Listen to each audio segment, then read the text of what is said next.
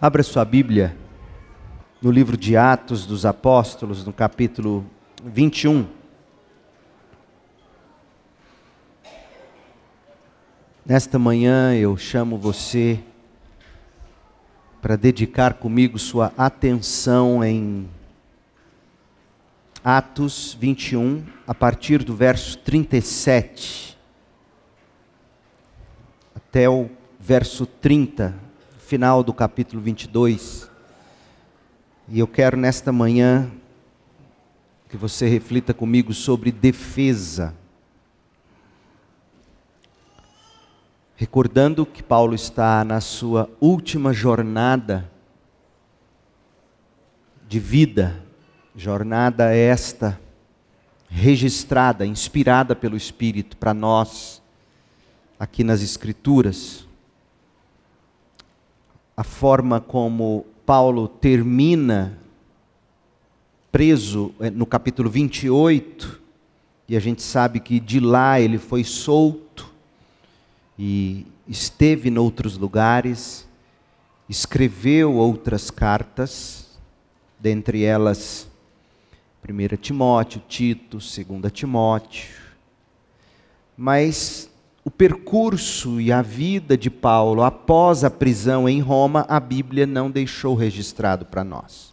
Portanto, não resta dúvida de que o que Deus quer que nós lembremos de Paulo, em termos de seus últimos momentos, é o que temos aqui em Atos. E a partir do iniciozinho do capítulo 21, nós estamos vendo como Paulo está empregando, digamos, sua vida na sua última jornada. Nesta manhã nós vamos aprender com ele sobre defesa. Paulo se dirige à multidão em Jerusalém, Atos 21, 37. Quando Paulo estava para ser levado à fortaleza, disse ao comandante romano: "Posso ter uma palavra com o Senhor?" Surpreso, o comandante perguntou: "Você fala grego? Não é você o egípcio que liderou uma rebelião algum tempo atrás e levou consigo ao deserto 4.000 assassinos?" "Não", respondeu Paulo. "Sou judeu e cidadão de Tarso, cidade importante da Cilícia. Por favor, permita-me falar a esta gente." O comandante concordou, de modo que Paulo ficou em pé na escadaria e fez sinal para o povo se calar.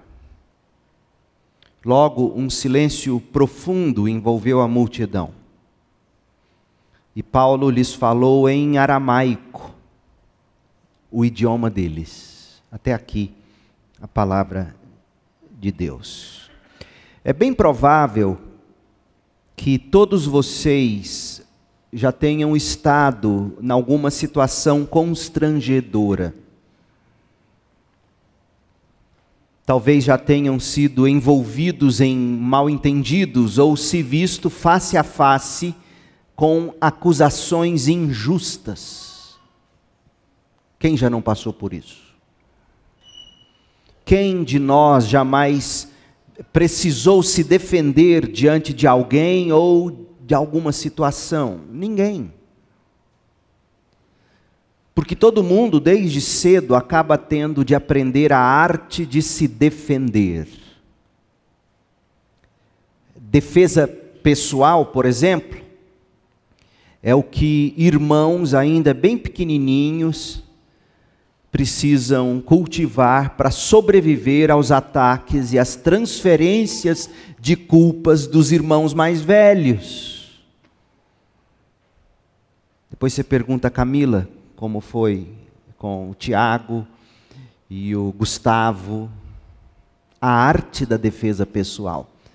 Que irmão nunca precisou ser hábil para se defender do outro? Sobretudo se você é mais novo, mais fraco, menor. E é exatamente assim, porque transferência de culpa, de algum modo violência, se tornou o modo padrão desde a queda do homem no pecado lá no jardim do Éden. Desde então, defesa pessoal é uma questão de sobrevivência. Direção defensiva é outra habilidade que todo motorista precisa aprender para sobreviver ao trânsito, sobretudo o de Goiânia. Defesa. Gente, neste mundo mau, quem não aprende a se defender, veja bem, quem não aprende a se defender com as armas espirituais, e é desta defesa que eu estou falando, quem não aprende a se defender com as armas espirituais disponíveis aos cristãos, acaba por perecer sob ataques massivos, vindos de todos os lados, que todos nós diariamente sofremos. Por exemplo, Efésios 6, verso 13. Portanto, diz Paulo, e Paulo escreveu isto enquanto estava preso, segundo lemos em Atos 28. Portanto, vistam toda a armadura de Deus, para que possam resistir ao inimigo no tempo do mal, no dia mal, no momento mal. Vistam a armadura de Deus, aprendam a se defender com a armadura de Deus, para você conseguir resistir ao inimigo no momento do mal, no dia mal, no tempo do mal. Então, Paulo completa, depois da batalha, vocês continuarão de pé e firmes. Veja, defesa pessoal, defesa espiritual, é disso que Paulo está falando. Paulo está falando das armas de defesa de que precisamos para resistir, para continuar de pé, para continuar firmes, fortes. E quais são as armas de defesa de que precisamos? Poxa, ele as descreveu aqui em Efésios 6, de 14 a 18. Verdade, justiça, evangelho, fé, salvação, palavra de Deus, oração, são essas coisas que nós usamos ou devemos usar como defesa pessoal, defesa espiritual, para sobreviver, para ficarmos firmes, para permanecermos em pé, resistindo. Porque afinal de contas, a nossa luta, Efésios 6,12 diz, não é contra inimigos de carne e sangue, mas é contra governantes e autoridades do mundo invisível, contra grandes poderes neste mundo de trevas. A nossa luta é contra espíritos malignos nas esferas celestiais. Você se lembra de Pedro tentando dissuadir Jesus sobre a cruz?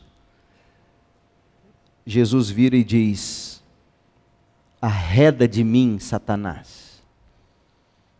Por quê? Porque de trás de cada ataque vindo de uma pessoa de carne e sangue, há um ataque espiritual genuíno acontecendo. E aqui a gente tira duas lições. Primeira, como é fácil você ser usado pelo diabo para ferir alguém. E segundo, precisamos aprender a manejar as armas espirituais para nossa defesa. Porque essas armas de que Paulo fala em Efésios não são de ataque, são de defesa. Preste atenção, a necessidade de se defender pessoalmente e espiritualmente se dá não porque você e eu tenhamos que defender a nossa própria reputação apenas, Mas a necessidade de defesa pessoal, de defesa espiritual, se dá em função de que o Evangelho de Cristo precisa ser proclamado. Por exemplo, 1 Timóteo 2, de 1 a 4, a gente lê Paulo falando do desejo de Deus.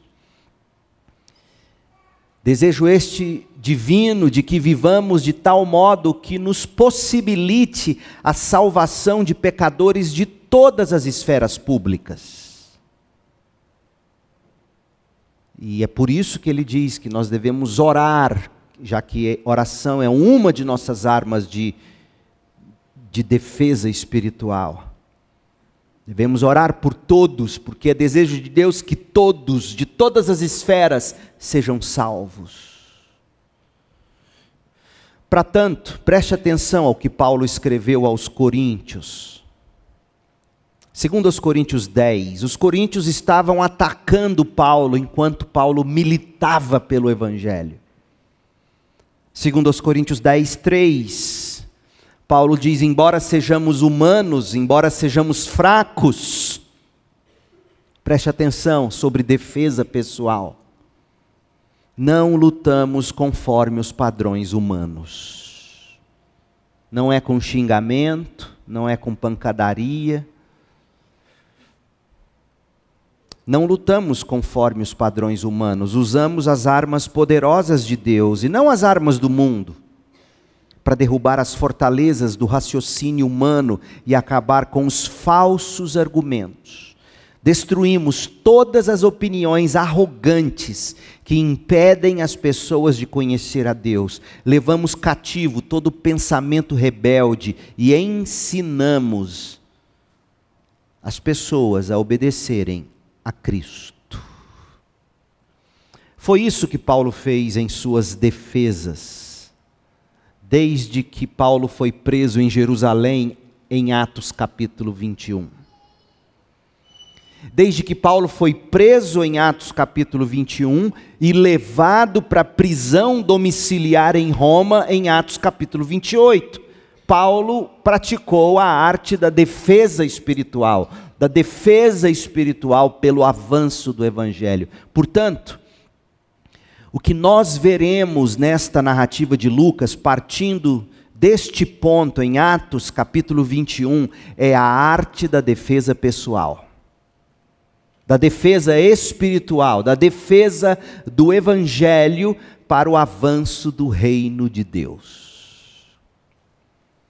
Poucos meses, nós já vimos isso, estudando Atos dos Apóstolos, poucos meses antes de Paulo chegar a Jerusalém, Paulo chegou a Jerusalém em Atos 21, 15.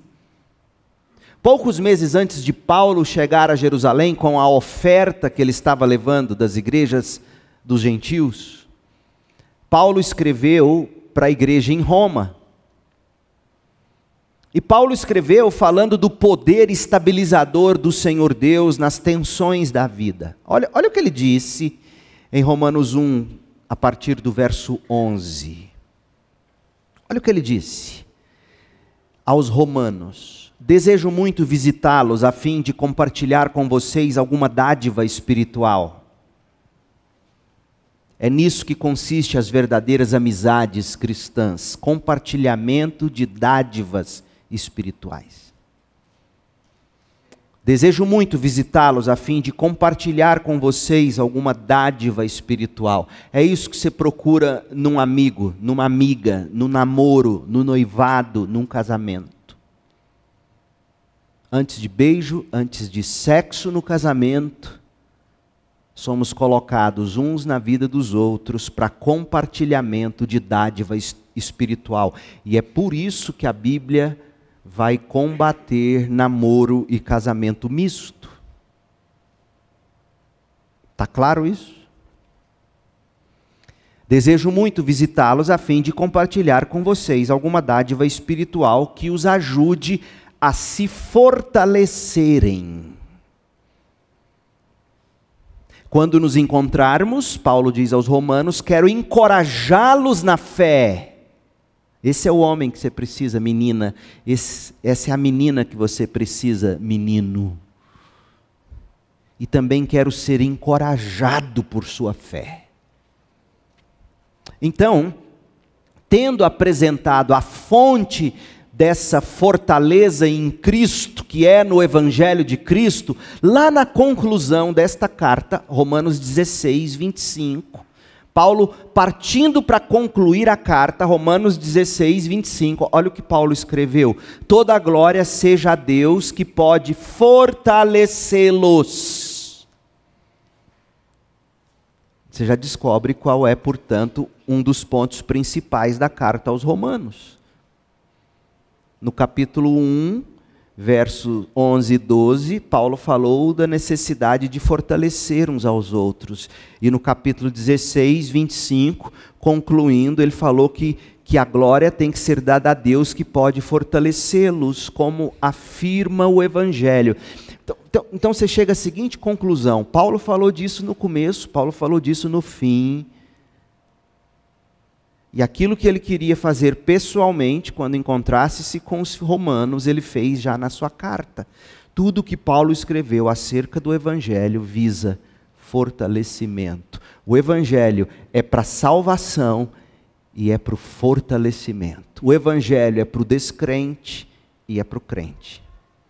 O Evangelho salva o pecador, o Evangelho sustenta forte o crente. A palavra grega, traduzida como fortalecer aqui na NVT, vem do grego esterizo, que significa tornar estável, tornar constante. O Evangelho estabiliza. Coloca você sobre a rocha. Venham os ventos, venham as chuvas, venham as trombas d'águas da vida. Você está estável, constante, forte, com base no que você crê. Agora veja bem, a estabilidade, força ou constância que Paulo desejava transmitir aos cristãos em Roma, foi o que ele demonstrou na sua própria vida, desde que ele foi preso em Jerusalém, em Atos 21. Por isso que é importante você ler as cartas de Paulo, levando em consideração o itinerário de Paulo em Atos. Para o que Deus nos fortalece na vida cristã? Para você buscar ser próspero? Simplesmente? Saudável simplesmente? Não. Para você ter casamentos fortes simplesmente? Não. Para que Deus te fortalece? O testemunho de Paulo, a partir de Atos 21 até Atos 28, te mostra que Deus te fortalece para você resistir os dias maus e permanecer defendendo o Evangelho de Cristo. É isto que Paulo agora vai ilustrar durante os meses de conflito esmagador, desde que ele foi preso em Jerusalém, Atos 21, até ele chegar à prisão domiciliar em Roma, Atos 28. Nós estamos nos capítulos finais de Atos dos Apóstolos, do 21 ao 28. E esses capítulos finais é a maneira de Lucas dar aos leitores o privilégio de convivermos com Paulo em cada passo do caminho e percebermos como ele, de novo, fortalecido pelo Evangelho, no Evangelho, com o Evangelho, como ele permaneceu defendendo o Evangelho. E a lição para nós é esta: as mesmas qualidades que a gente vê estampadas em Paulo, as mesmas habilidades desse apóstolo em face dessa agonia, tudo que Paulo recebeu do Senhor pelo Espírito, e nós já vimos, desde que estudamos o início do capítulo 21 de Atos, nós já vimos que Deus deu para Paulo coragem, Deus deu para Paulo convicção, Deus deu para Paulo a habilidade de conciliação, e como a gente precisa aprender a conjugar tudo isso ao mesmo tempo: coragem, convicção, conciliação, pacificação.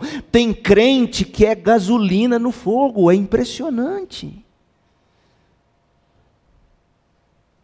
Então, tudo que Paulo recebeu do Senhor pelo Espírito, tudo que já vimos até aqui em Atos 21 e ainda mais, a lição é esta, crente: tudo isto está disponível para você em Jesus Cristo. E está disponível para você defender o Evangelho. Atos 21, mais precisamente, Atos 21, 26, estabelece uma transição marcante na vida do apóstolo Paulo.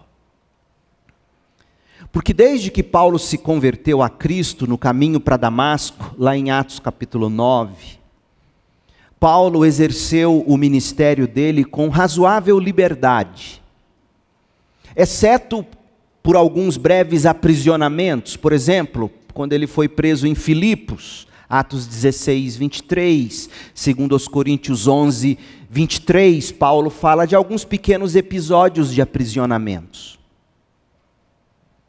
Entretanto, de Atos 21, 26 em diante, Paulo será como ele gostava de se chamar nas epístolas da prisão, nas epístolas que ele escreveu da prisão em Roma, lá de Atos 28. Paulo passou a ser um prisioneiro de Cristo. Era assim que ele gostava de se descrever.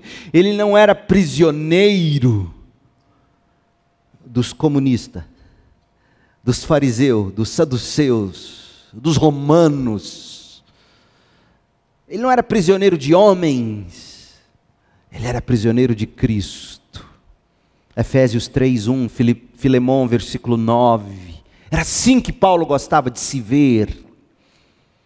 E essa reviravolta que nós temos marcada aqui em Atos 21, 26, a partir de Atos 21, 26, Paulo é o prisioneiro de Cristo, e é curioso que o Novo Testamento encerra para nós a vida de Paulo com ele preso. É impressionante isso. Tanto em Atos 28 como em 2 Timóteo. Quando ele escreve 2 Timóteo, ele estava na segunda prisão. É impressionante que este grande homem de Deus esteja sendo pintado para nós pelo Espírito como um prisioneiro de Cristo. E que lição há para crentes quando a gente enxerga isso?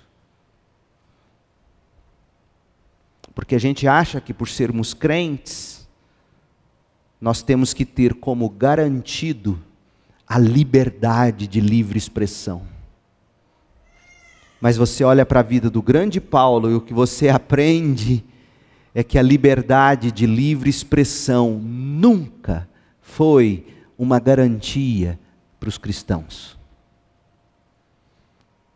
A vida de Paulo nos é pintada em Atos 28, em 2 Timóteo, como um homem prisioneiro de Cristo. E é nesse ambiente, é nesse contexto que nós temos que aprender a ser convictos, corajosos, pacificadores, conciliadores, defensores do Evangelho. Paulo não estava mais livre para viajar a partir de Atos 21, 26. Paulo se tornou, como ele escreve em Efésios 6, 20, Paulo se tornou um embaixador em cadeias. Paulo jamais deixou de anunciar o Evangelho de Cristo como um embaixador de Deus. Veja, como homem livre, Paulo pregou o Evangelho por todo o mundo romano. E como prisioneiro, Paulo passou a pregar o Evangelho às autoridades romanas. Possivelmente, ele deve ter pregado inclusive para o próprio imperador. Afinal, toda a guarda pretoriana o ouviu pregar. Filipenses 1, de 12 a 13. A guarda pessoal de César o ouviu pregar. John Bunyan, quando escreveu O Peregrino, ele escreveu O Peregrino quando ele estava preso. Ele ficou por 12 anos preso em Bedford, Londres. De 1660 a 1672, John Bunyan ficou preso. E sabe o que ele fez? Preso, escreveu O Peregrino e outros textos maravilhosos. E como John Bunyan, Paulo preso escreveu 4 cartas das que temos no Novo Testamento: Efésios, Filipenses, Colossenses, Filemon. E no caminho dele para a prisão em Roma, ou seja, de Atos 21 até Atos 28, Paulo vai apresentar 6 defesas.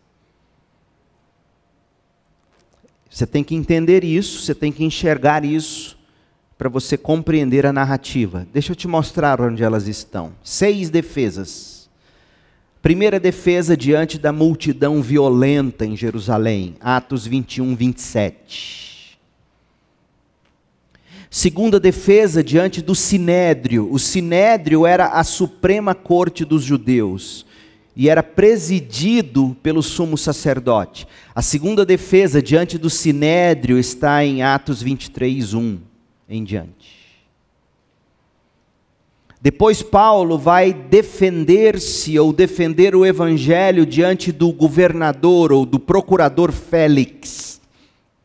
Atos 24, 1. Em quarto lugar, Paulo vai defender diante do novo governador ou procurador, Festo, Atos 25, 1 em diante. Em quinto lugar, Paulo vai se defender ou defender o evangelho diante de Herodes Agripa, o rei da Judéia sob os romanos, Atos 25, 13 em diante. E por fim, Paulo vai se defender ou defender o evangelho diante dos judeus em Roma, Atos 28, de 17 a 28. E em cada uma dessas 6 defesas magistrais, Paulo estará respondendo às falsas acusações levantadas pelos judeus. E sabe o que é mais magnífico? É que quanto mais as autoridades romanas ouviam Paulo defender a si mesmo e ao evangelho, quanto mais as autoridades romanas o ouviam em defesas, tanto mais elas se convenciam de que Paulo era inocente. Por exemplo, uma pequena amostra, Atos 26, 28. Leia comigo. Herodes Agripa, Atos 26, 28, interrompeu Paulo. A gente não sabe se num tom de cinismo, ou se por não aguentar mais a consciência dele, dizendo: Paulo está certo, Paulo está certo, Paulo está certo, creia nisso. Mas o fato é que Agripa interrompe Paulo e diz: um pouco mais e seus argumentos me transformariam num cristão. A NVT traduziu assim: você acredita que pode me convencer a tornar-me cristão em tão pouco tempo?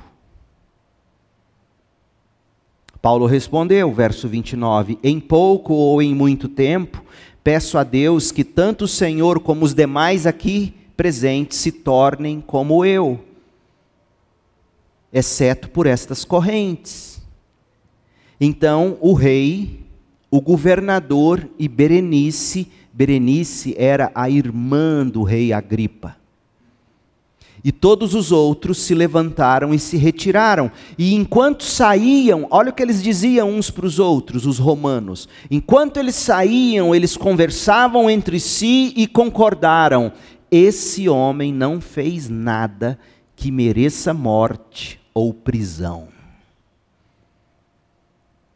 E Agripa disse a Festo: Paulo poderia ser posto em liberdade se não tivesse apelado a César. Paulo foi brilhante em sua defesa. E a prisão e a morte de Paulo não foi por provas contra ele, foi por conveniência ou questões políticas. Nada novo debaixo do sol.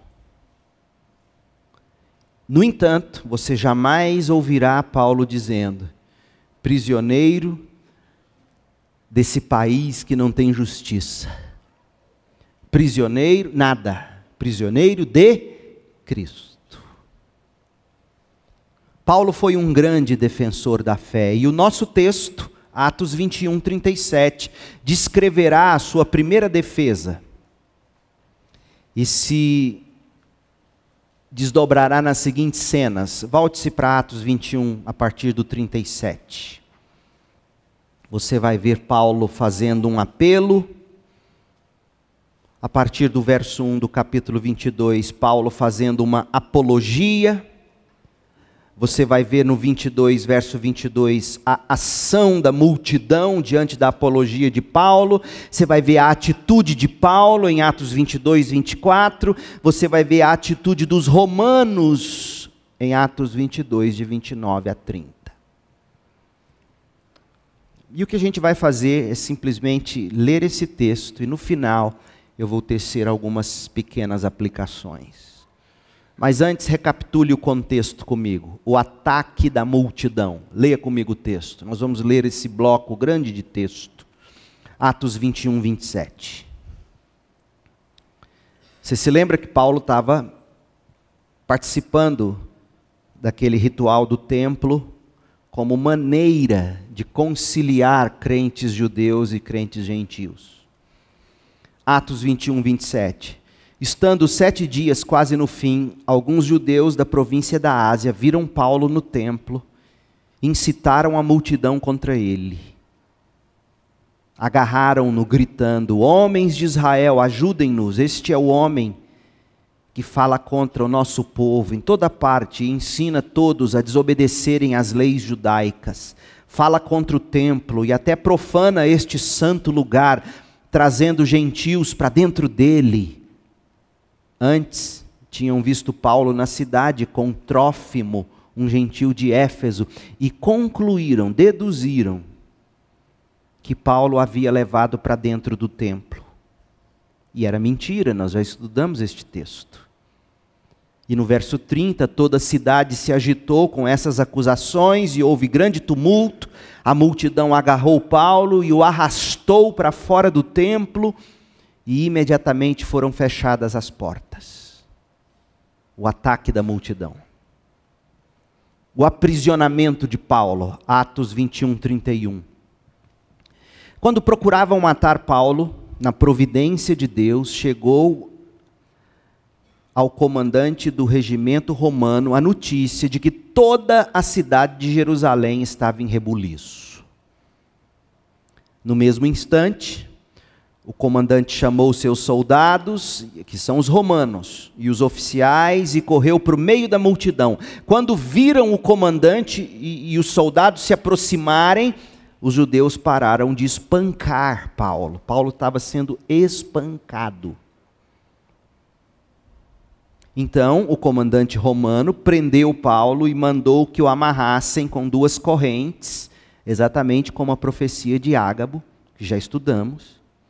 Em seguida, perguntou à multidão quem era Paulo e o que Paulo havia feito. Uns gritavam uma coisa, outros gritavam outra, e não conseguindo descobrir a verdade no meio de todo o tumulto, ordenou que Paulo fosse levado à prisão, à fortaleza.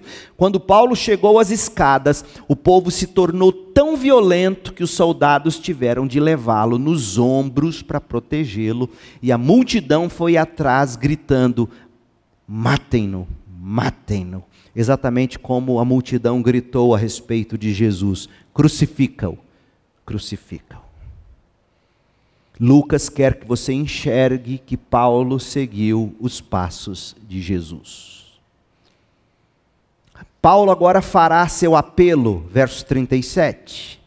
Quando Paulo estava para ser levado à prisão, à fortaleza romana, disse ao comandante romano: posso ter uma palavra com o senhor? Surpreso, o comandante perguntou: você fala grego? Não é você o egípcio que liderou uma rebelião algum tempo atrás e levou consigo ao deserto 4.000 assassinos? Paulo disse: não, não sou eu. E nós já vimos que crentes geralmente ficam no meio de ataques. Os judeus chamavam Paulo de herege. Os romanos confundiram Paulo com um bandido. Paulo disse: eu não sou esse egípcio. Eu sou judeu, cidadão de Tarso, cidade importante da Cilícia. Por favor, permita-me falar a esta gente. O comandante concordou, de modo que Paulo ficou em pé na escadaria e fez sinal para o povo se calar. E logo um silêncio profundo envolveu a multidão e Paulo lhes falou em aramaico, o idioma deles. Pare para pensar em quanta cultura numa pessoa só. E tem gente que acha que preparo acadêmico não é importante no reino de Deus. Paulo falava grego, Paulo falava aramaico e possivelmente alguma outra língua. Ou línguas. Homem culto e na mesma medida espiritual. Aí Paulo começa agora a fazer sua apologia. Ele vai dizer para os judeus como ele mesmo, Paulo, foi antes de se converter. E eu quero que você preste atenção, porque é exatamente esta postura gentil que eu vejo faltar nos evangélicos de hoje. Paulo não denigre o PT, Paulo não denigre o PL, Paulo não denigre ninguém. É sim vergonhoso ver crente denegrindo, falando de política em rede social. Mas pastor, não vem com conversa para cima de mim não. Leia como é que Paulo reagiu. Olha como ele se refere a essa multidão, capítulo 22. Irmãos e pais. Ele trata com respeito o povão judeu, ele trata com respeito os líderes judeus. Corruptos. O sumo sacerdote e a liderança que pôs Jesus na cruz ainda estava viva e fazia parte dessa liderança que perseguia Paulo. E Paulo jamais ofereceu qualquer palavra de escárnio contra esses homens.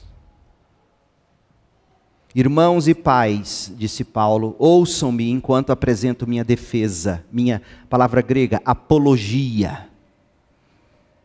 Quando ouviram falar em aramaico, o silêncio foi ainda maior.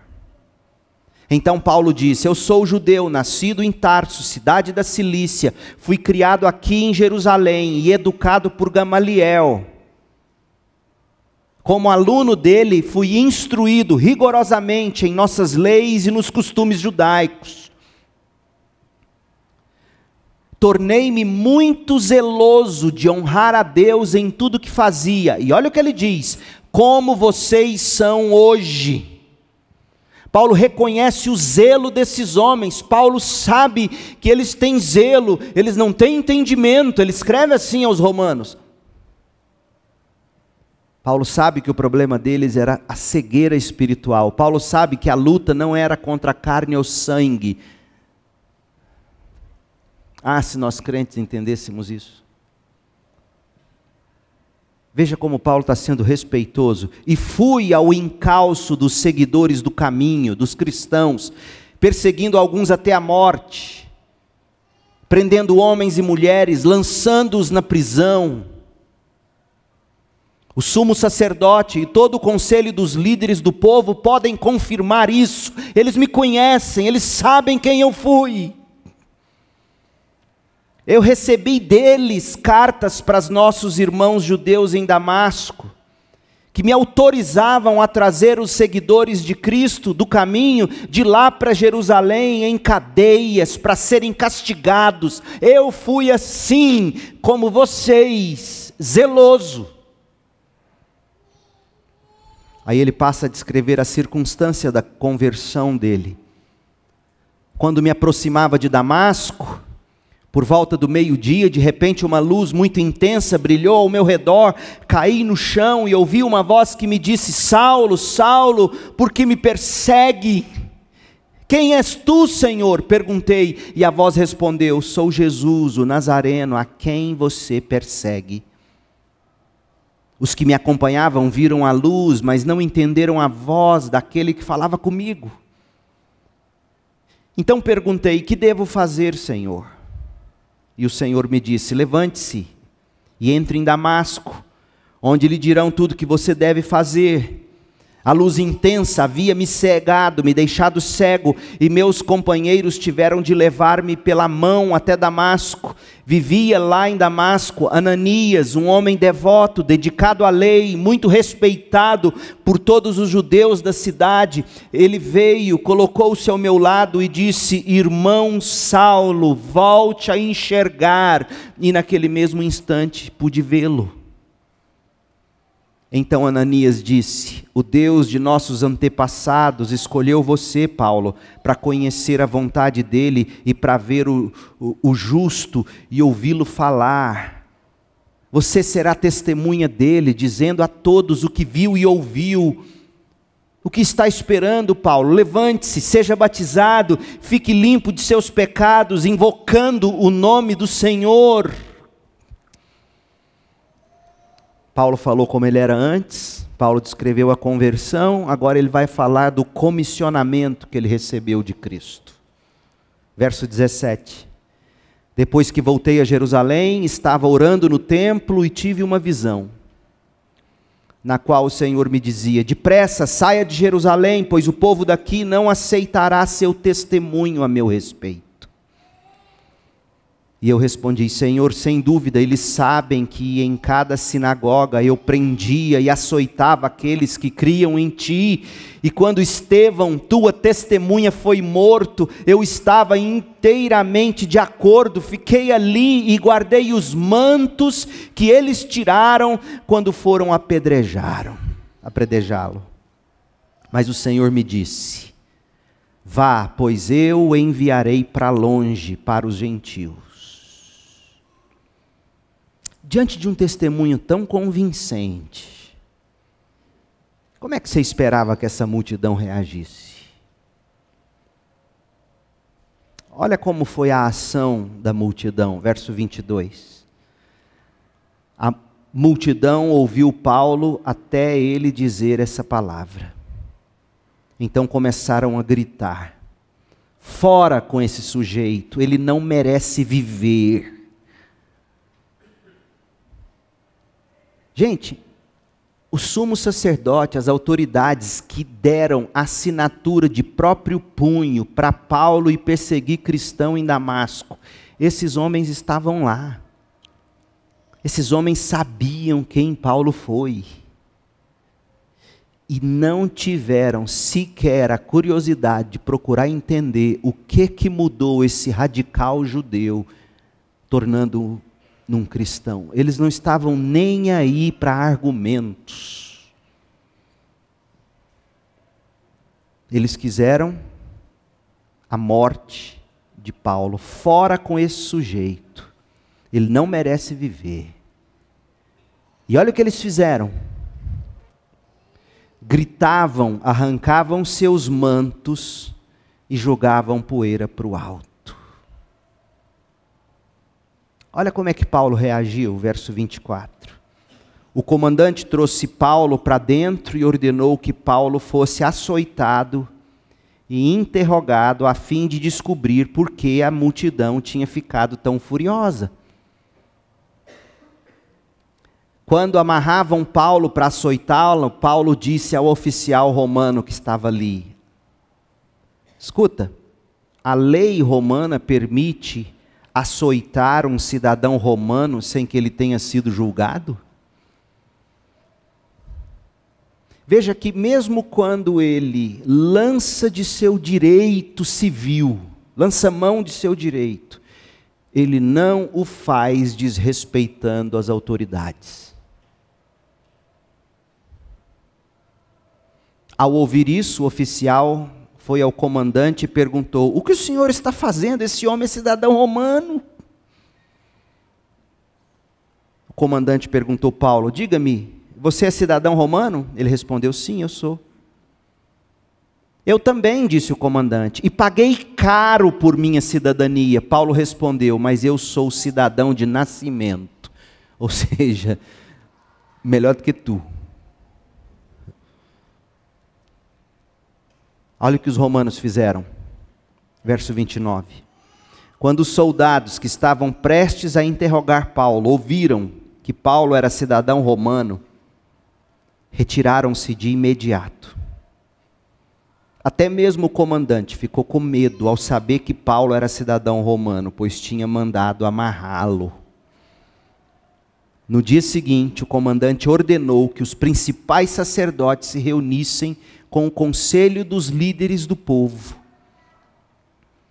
Queria descobrir exatamente qual era o problema. Por isso soltou Paulo e mandou que o trouxessem diante deles. Veja, a conduta de Paulo em toda essa provocação dos judeus, dos romanos, a conduta de Paulo em meio a toda essa tormenta, a argumentação dele nessa que é a primeira de 6 defesas, fornece para nós um exemplo prático para todos os crentes, em todas as épocas, em todos os lugares, debaixo de qualquer tipo de governo, justo, ímpio ou qualquer coisa entre isso. Exemplo prático a respeito de como a gente tem que testemunhar do Evangelho debaixo das piores circunstâncias. E com algumas lições eu concluo. A primeira, você não pode deixar de ver isso, crente. Paulo manteve a pregação apostólica com postura apostólica. Tudo em equilíbrio, graça e verdade. Exatamente como Jesus. Graça é a postura apostólica, verdade é a pregação apostólica. Veja, Paulo foi conciliador com seus perseguidores. Paulo não ameaçou a multidão hostil, Paulo não buscou vingança, em vez disso, Paulo se dirigia respeitosamente a eles, irmãos, pais.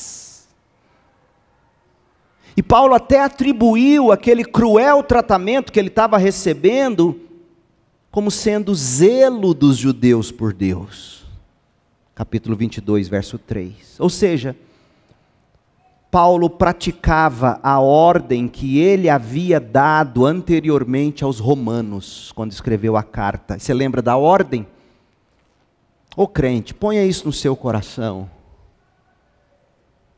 Não é tratando o ímpio na mesma moeda que nós vamos ganhar essa batalha. Esta não é uma arma cristã.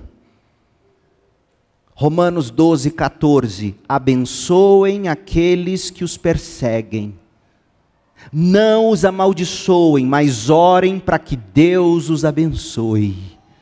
É duro de engolir. É impossível na nossa própria carne. Mas é possível no Espírito. E afinal nós somos chamados para andar no Espírito. Não é amaldiçoando governos.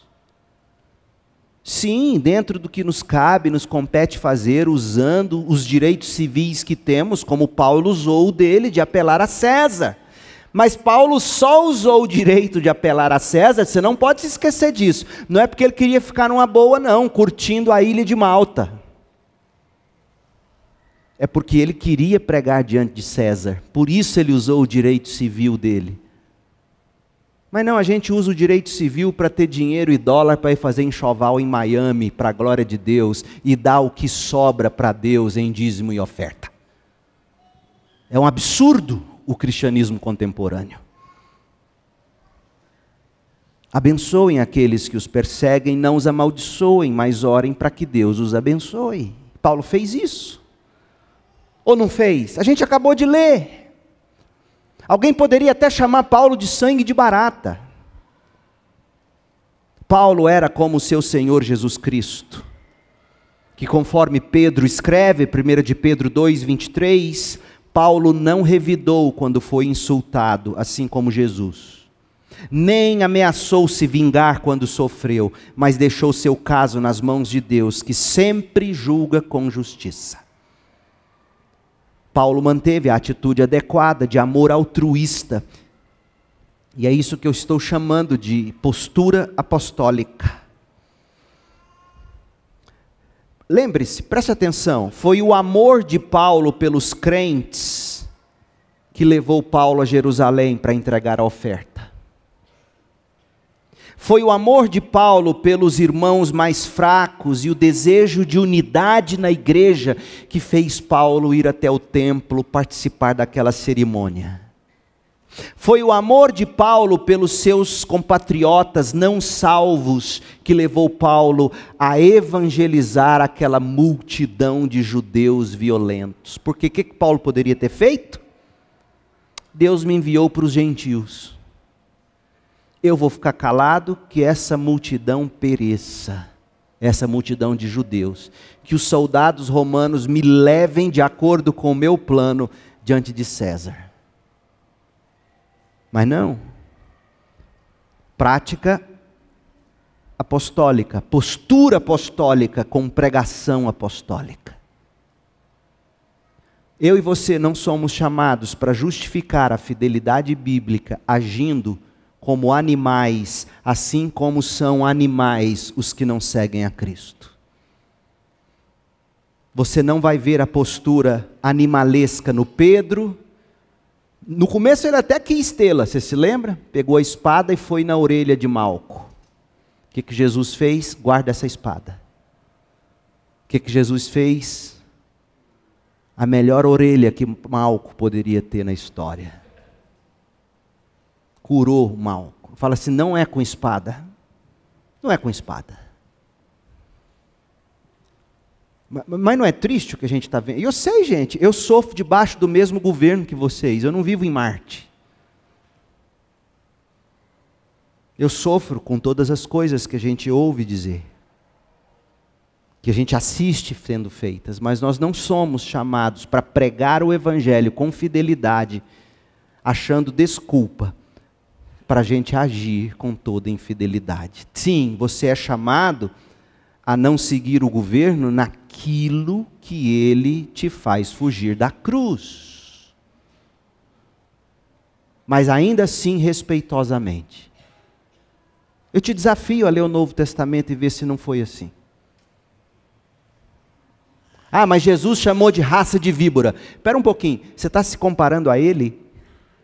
Você está querendo dizer que lá no fundo do seu coração você sabe separar os sentimentos? Você sabe ter ira na medida certa? Eu duvido muito. Porque todas as vezes que eu achei que eu estava tendo ira na medida certa, eu estava pecando. Somente o Senhor tem direito de chamar quem Ele quiser chamar de raça de víboras. Eu e você não. Pregação apostólica, postura apostólica. Segundo, Paulo aceitou a situação como sendo providência de Deus. Enfrentar perseguição nunca forçou Paulo a ser infiel ao plano de Deus. Nunca fez Paulo querer amenizar a mensagem, adocicar a mensagem. Paulo aceitava calmamente a situação como vontade de Deus e dizia como está em Atos 21:13, estou pronto não apenas para ser preso, mas até para morrer em Jerusalém pelo nome do Senhor Jesus. Aceitar a providência de Deus nos momentos bons, nos momentos ruins, na alegria e na tristeza, na saúde e na doença, na riqueza e na pobreza. Terceiro, Paulo usou a circunstância adversa como oportunidade. Ele pregou para aquela multidão, ainda que eles não o tivessem ouvido. Ele pregou de Jerusalém até Roma, e em Roma pregou até para a guarda pretoriana.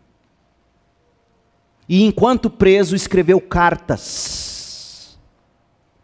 Paulo usou circunstância adversa como oportunidade. Quarto, Paulo exaltou o Senhor Jesus.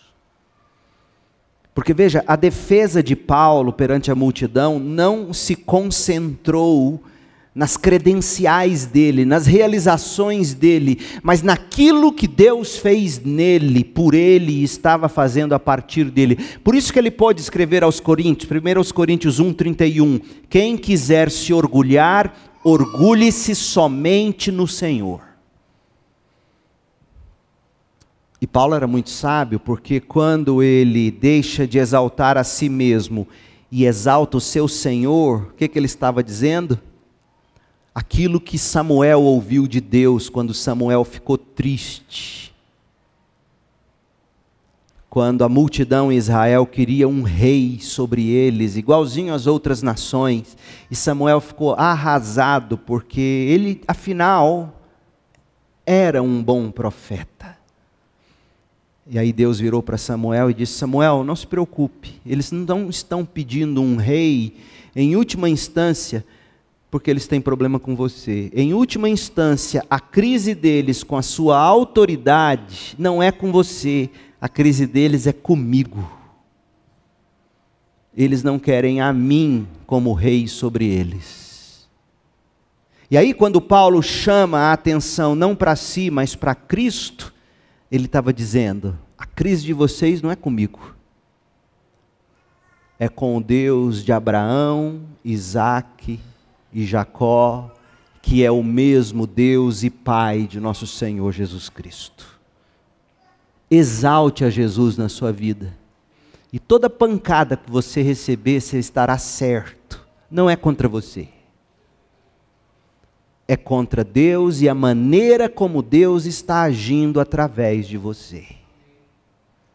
Meu povo, ao longo de 25 anos de ministério, quantas vezes eu já fui mal interpretado? E quantas vezes eu me feri? E quantas vezes eu chorei, me machuquei? Quantas vezes eu fui tentado a pagar na mesma moeda? E Deus é testemunha de que eu sempre, mesmo que leve um tempo até a coisa descer, eu falo: Deus, o Senhor sabe que o que eu estou procurando fazer é exaltá-lo com erros e acertos, rugas e verrugas. Então, em última instância, não é contra mim, é contra o Senhor e o método, a maneira de o Senhor estar agindo através de mim nesse momento. Comece a fazer isso para você ver se você não consegue começar a sorrir para aqueles que te perseguem. Paulo exaltou Jesus. Falta a nós evangélicos essa atitude. Quinto, Paulo sofreu por causa da cegueira espiritual do homem natural. Você se lembra? Paulo, homem natural, perseguidor, até que Jesus mesmo abre os olhos dele. E ele vira crente.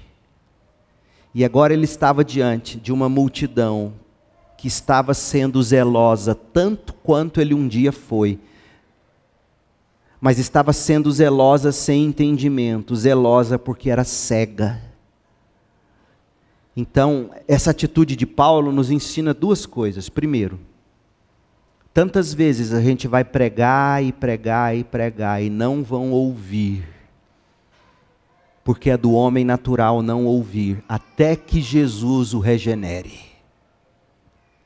Mas em segundo lugar, se Jesus converteu um Paulo, se ele converteu você, ele pode converter qualquer um. É só você confiar e orar. Venha para Cristo nesta manhã e a sua alma vai viver. Viva para Cristo e defenda o Evangelho. As palavras de Paulo aos Filipenses, e eu encerro com elas. Filipenses 3, Paulo está escrevendo isso lá da prisão em Roma, depois de tudo que ele passou, de Atos 21 até 28. Olha o que ele escreveu, Filipenses 3, 7. Pensava que essas coisas do judaísmo eram valiosas, mas agora as considero insignificantes por causa de Cristo. Sim, todas as outras coisas são insignificantes comparadas ao ganho inestimável de conhecer a Cristo Jesus, meu Senhor. Por causa de Jesus, deixei de lado todas as coisas e as considero menos que lixo, a fim de poder ganhar a Cristo e em Cristo ser encontrado. Não conto mais com minha própria justiça, que vem da obediência à lei, mas sim com a justiça que vem pela fé em Cristo. Pois é com base na fé em Cristo que Deus nos declara justos. E olha o desejo de Paulo. Quero conhecer a Cristo e experimentar o grande poder que o ressuscitou. Quero sofrer com Cristo, participando de sua morte, para de alguma forma alcançar a ressurreição dos mortos. É esse o seu desejo?